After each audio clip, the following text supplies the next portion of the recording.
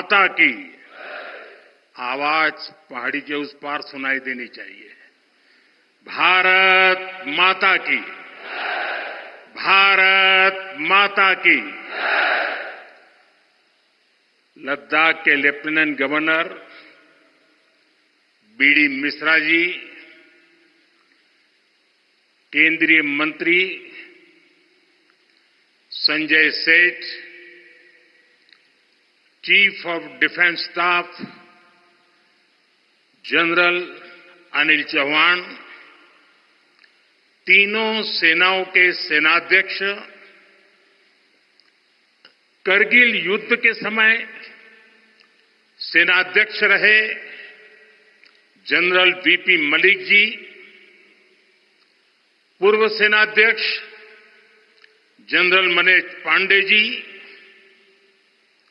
वीरता पुरस्कार प्राप्त सेवारत और सेवानिवृत्त सैनिकों, करगिल युद्ध के बहादुर वीरों की माताएं, वीर नारियां और उनके समस्त परिजन, सेना के बहादुर जवानों और मेरे प्रिय देशवासियों, आज लद्दाख की ये महान धरती कारगिल विजय के 25 वर्ष पूरे होने की साक्षी बन रही है। कारगिल विजय दिवस हमें बताता है कि राष्ट्र के लिए दिए गए बलिदान अमर होते हैं। दिन, महीने, वर्ष, सदियां गुजरते हैं, सर्दियां भी गुजरती हैं, मौसम भी बदलते हैं, लेकिन राष्ट्र की रक्षा के लिए अपनी जान की बाजी लगाने वालों के नाम अमिट रहते हैं। ये देश हमारी सेना के पराक्रमी महानायकों का सदा सर्वदा ऋणी है। ये देश उनके प्रति कृतज्ञ है। साथियों,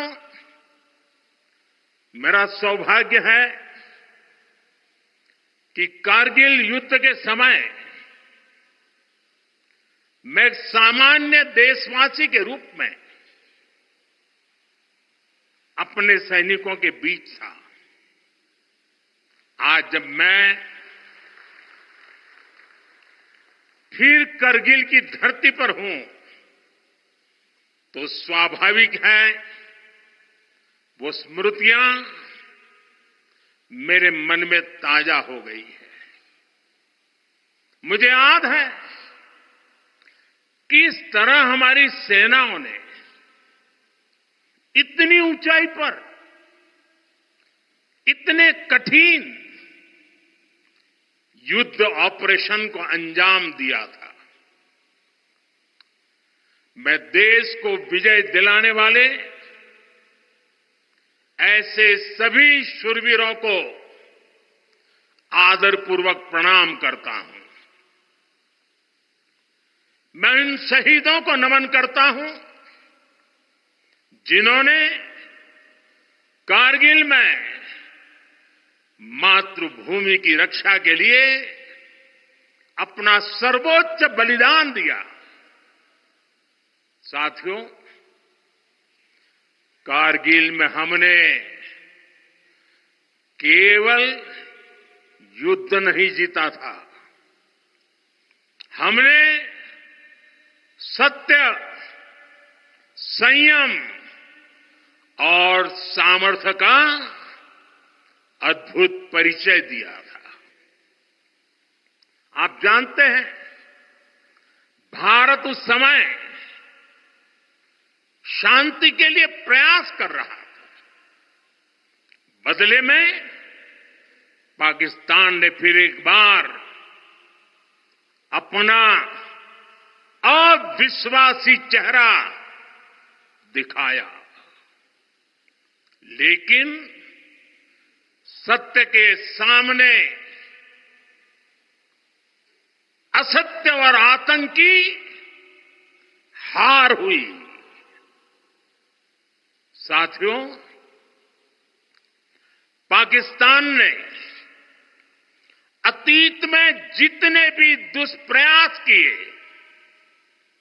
उसे मुंह की खानी पड़ी है। लेकिन पाकिस्तान ने अपने इतिहास से कुछ नहीं सीखा है। वो आतंकवाद के सहारे, प्रॉक्सी वॉर के सहारे अपने आप को प्रासंगिक बनाए रखने का प्रयास कर रहा है। लेकिन आज जब मैं उस जगह से बोल रहा हूं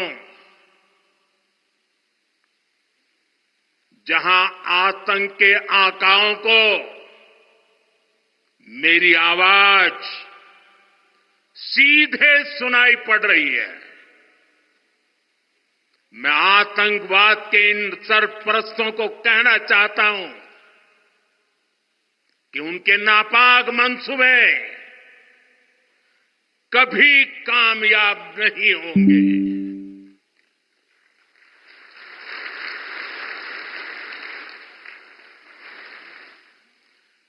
आतंकवाद को हमारे जाबाज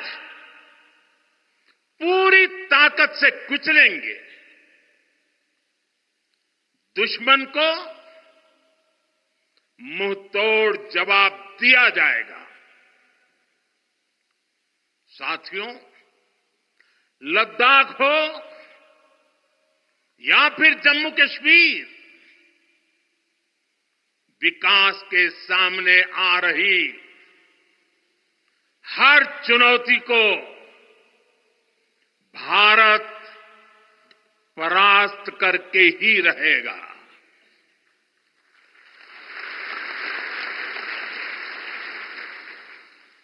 कुछ ही दिन बाद इस 5 अगस्त को आर्टिकल 370 का अंत हुए 5 वर्ष पूरे होने जा रहा है। जम्मू कश्मीर आज नए भविष्य की बात कर रहा है, बड़े सपनों की बात कर रहा है। जम्मू कश्मीर की पहचान G20 जैसी ग्लोबल समिट की अहम बैठक करने के लिए हो रही है। इंफ्रास्ट्रक्चर डेवलपमेंट के साथ साथ जम्मू कश्मीर, लेह, लद्दाख में टूरिज्म सेक्टर भी तेजी से ग्रो कर रहा है। दशकों बाद कश्मीर में सिनेमा घर खुला है। 3.5 दशक के बाद पहली बार श्रीनगर में ताजिया निकला है। धरती का हमारा स्वर्ग तेजी से शांति और सौहार्द की दिशा में आगे बढ़ रहा है। साथियों, आज लद्दाख में भी विकास की नई धारा बनी है। सिंकुल्ला टनल, इसके निर्माण का काम शुरू हुआ है। सिंकुल्ला टनल के जरिए लद्दाख पूरे साल हर मौसम में देश से कनेक्टेड रहेगा। ये टनल लद्दाख के विकास और बेहतर भविष्य के लिए नई संभावनाओं का नया रास्ता खोलेगी। हम सभी को पता है कि कठोर मौसम की वजह से लद्दाख के लोगों को कितनी मुश्किलें आती हैं। शिंकुंतला टनल के बनने से ये मुश्किलें भी कम होगी। मैं लद्दाख के मेरे भाई बहनों को इस टनल का काम शुरू होने के लिए विशेष बधाई देता हूं। साथियों, लद्दाख के लोगों का हित हमेशा हमारी प्राथमिकता रहा है। मुझे याद है कोरोना के समय में करगिल क्षेत्र के हमारे कई लोग ईरान में फंस गए थे। उन्हें वापस लाने के लिए मैंने व्यक्तिगत स्तर पर काफी प्रयास किए। ईरान से लाकर उन्हें जैसलमेर में ठहराया गया था और जब स्वास्थ्य की दृष्टि से पूरी तरह संतोषजनक रिपोर्ट मिले, उसके बाद उन सबको उनके घर तक यहां पहुंचाया था। हमें संतोष है कि हम अनेकों जिंदगियों को बचा पाए। यहां के लोगों की सुविधाएं बढ़े, ईज ऑफ लिविंग बढ़े, इसके लिए भारत सरकार निरंतर प्रयास कर रही है।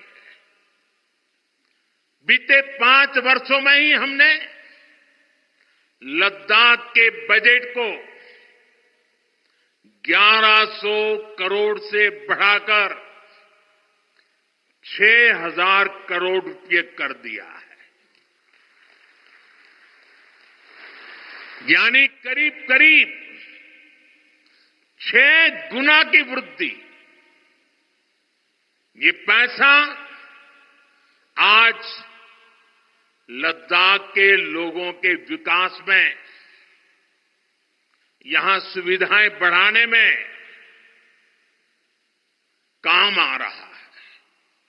आप देखिए, सड़क, बिजली, पानी, शिक्षा, पावर सप्लाई, रोजगार, लद्दाख में हर दिशा में दृश्य भी बदल रहा है, परिदृश्य भी बदल रहा है।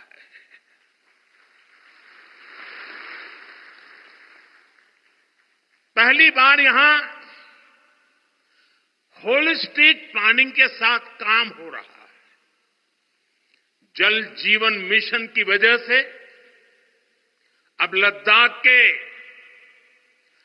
90% से ज्यादा घरों में पाइप से पीने का पानी पहुंच रहा है।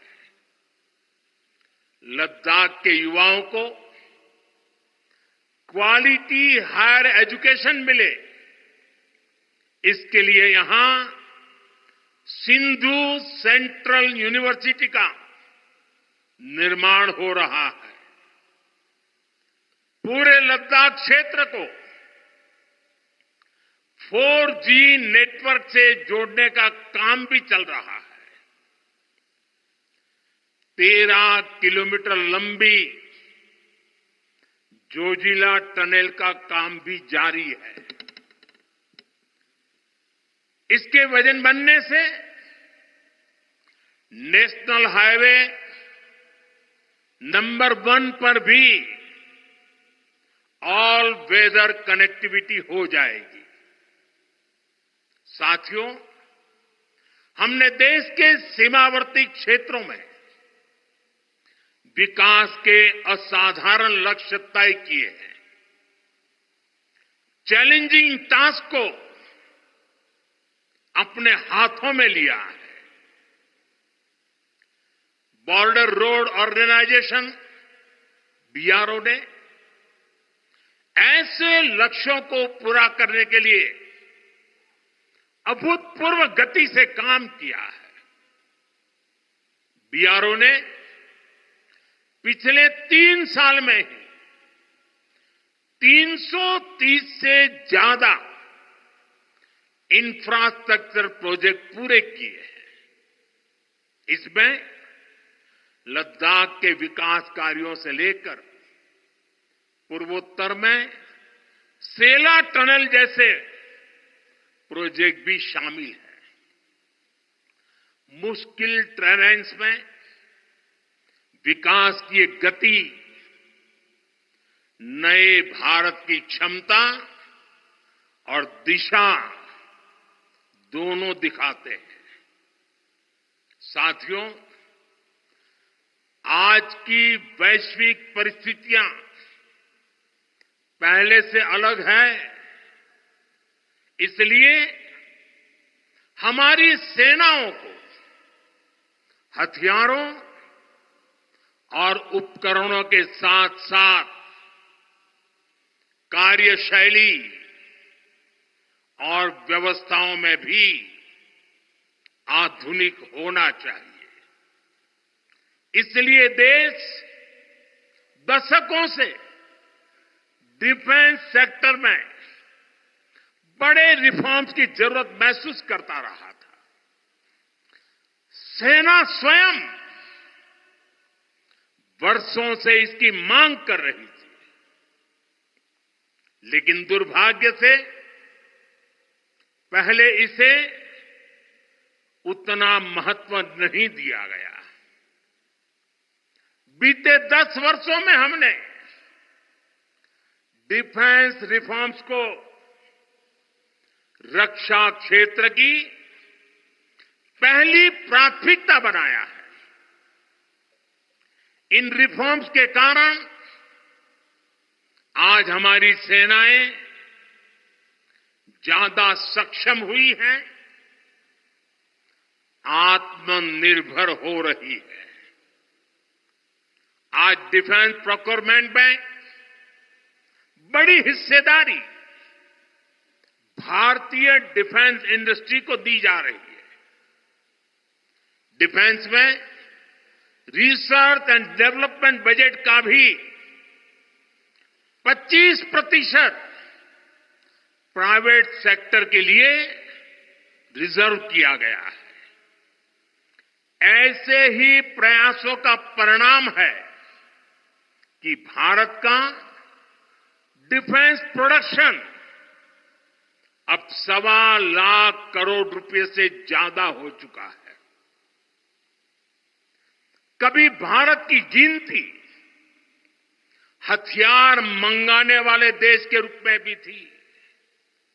अब भारत एक्सपोर्टर के तौर पर अपनी पहचान बना रहा है।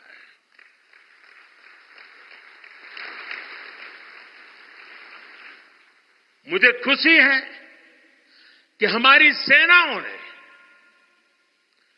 5,000 से ज्यादा हथियारों और ये सैन्य उपकरणों की लिस्ट बनाकर ये तय किया है कि अब ये 5,000 आइटम्स बाहर से नहीं मंगवाए जाएंगे। मैं इसके लिए सेना नेतृत्व को बधाई देता हूं। साथियों, डिफेंस सेक्टर में रिफॉर्म्स के लिए भी भारत की आर्म्ड फोर्सेस की सराहना करना चाहता हूं। हमारी सेनाओं ने बीते वर्षों में कई साहसिक निर्णय लिए हैं।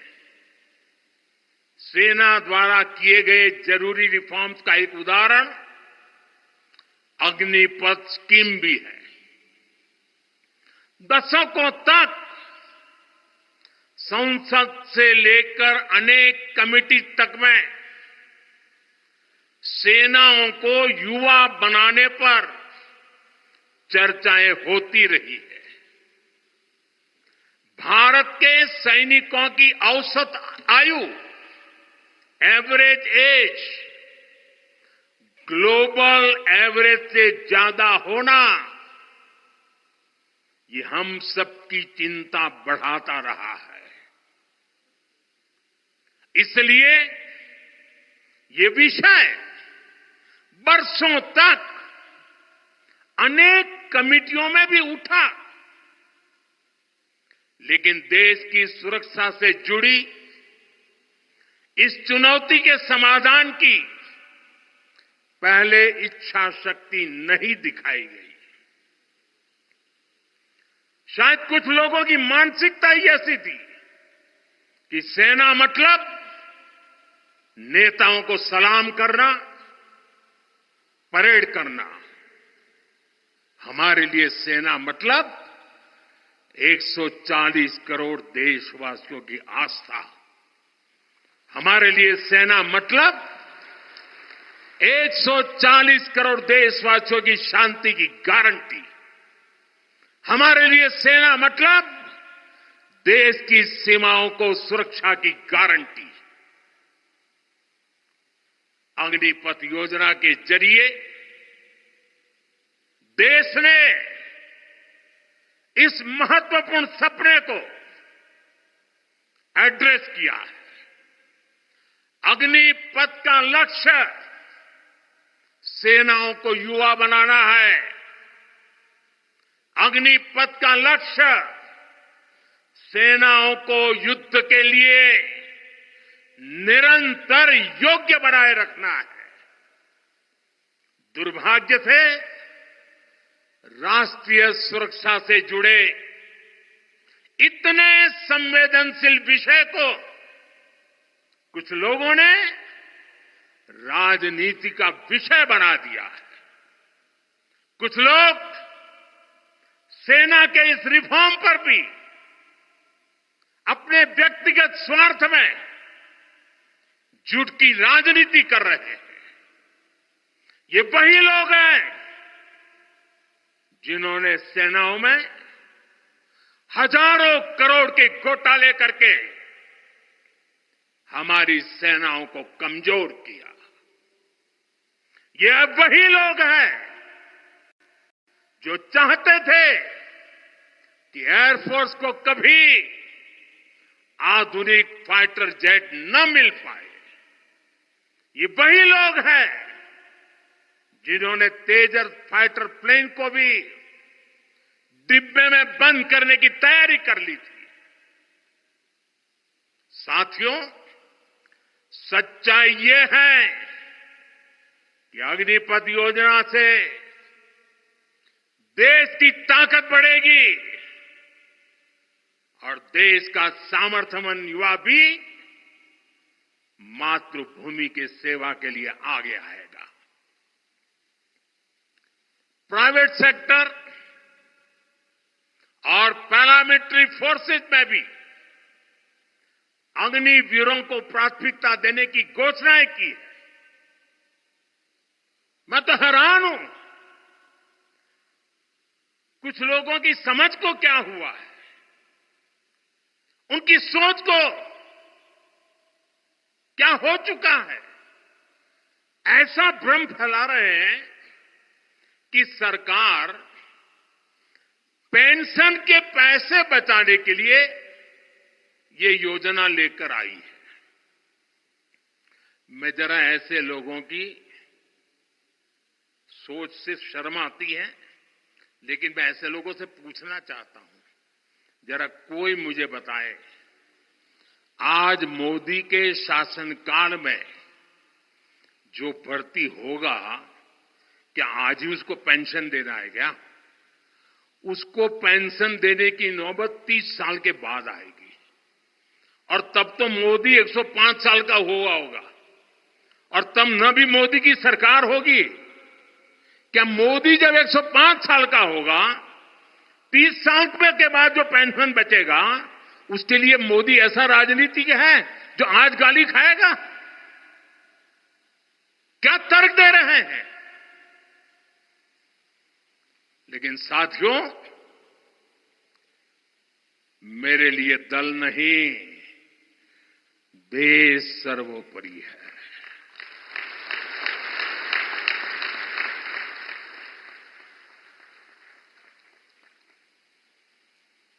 और साथियों, मैं आज गर्व से कहना चाहता हूं, सेनाओं द्वारा लिए गए इस फैसले का हमने सम्मान किया है। और जैसा मैंने पहले कहा,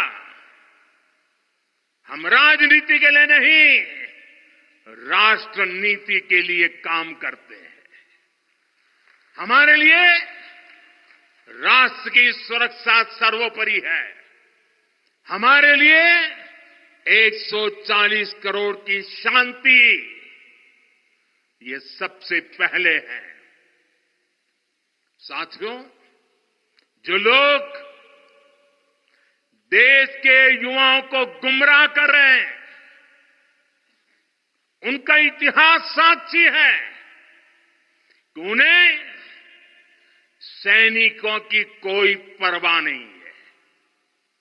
ये वही लोग हैं जिन्होंने एक मामूली रकम 500 करोड़ रुपए दिखाकर वन रैंक वन पेंशन पर झूठ बोला था। 500 करोड़। ये हमारी सरकार है जिसने वन रैंक वन पेंशन लागू किया। पूर्व सैनिकों को 1.25 लाख करोड़ रुपए से ज्यादा दिए गए। अब कहां 500 करोड़, कहां 1.25 लाख करोड़। इतना झूठ और देश के जवानों की आंख में धूल झोंकने का पाप। ये वही लोग हैं जिन्होंने आजादी के 7 दशक बाद भी सेना की मांग होने के बावजूद भी, देश के वीर सैनिकों के परिवारों की मांग होने के बाद भी हमारे शहीदों के लिए वॉर मेमोरियल नहीं बनाया। टालते गए, कमिटियां बनाते गए, नक्शे दिखाते गए। ये वही लोग हैं जिन्होंने सीमा पर तैनात हमारे जवानों को पर्याप्त बुलेट प्रूफ जैकेट्स भी नहीं दी थी। और साथियों, ये वही लोग हैं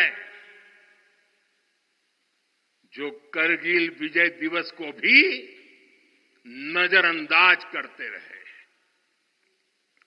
ये तो देश की कोटि कोटि जनता के आशीर्वाद है कि मुझे तीसरी बार सरकार बनाने का मौका मिला और इसलिए आज ये महत्वपूर्ण ऐतिहासिक घटना का हम पुण्य स्मरण कर पा रहे हैं। वरना अगर वही आ जाते तो इस युद्ध विजय की इस तारीख को याद नहीं करते। साथियों, कारगिल की विजय ये किसी सरकार की विजय नहीं थी। कारगिल की विजय ये किसी दल का विजय नहीं था। ये विजय देश की थी। ये विजय देश की विरासत है। ये देश के गर्व और स्वाभिमान का पर्व है। मैं एक बार फिर 140 करोड़ देशवासियों की तरफ से मेरे वीर जवानों को श्रद्धापूर्वक नमन करता हूं। सभी देशवासियों को पुनः एक बार कारगिल विजय के 25 वर्ष की शुभकामनाएं देता हूं। मेरे साथ बोलिए भारत माता की। ये भारत माता की जय मेरे उन वीर शहीदों के लिए है, मेरे वीर भारत मां के वीर सपूतों के लिए है। भारत माता की, भारत माता की, भारत माता की। बहुत बहुत धन्यवाद।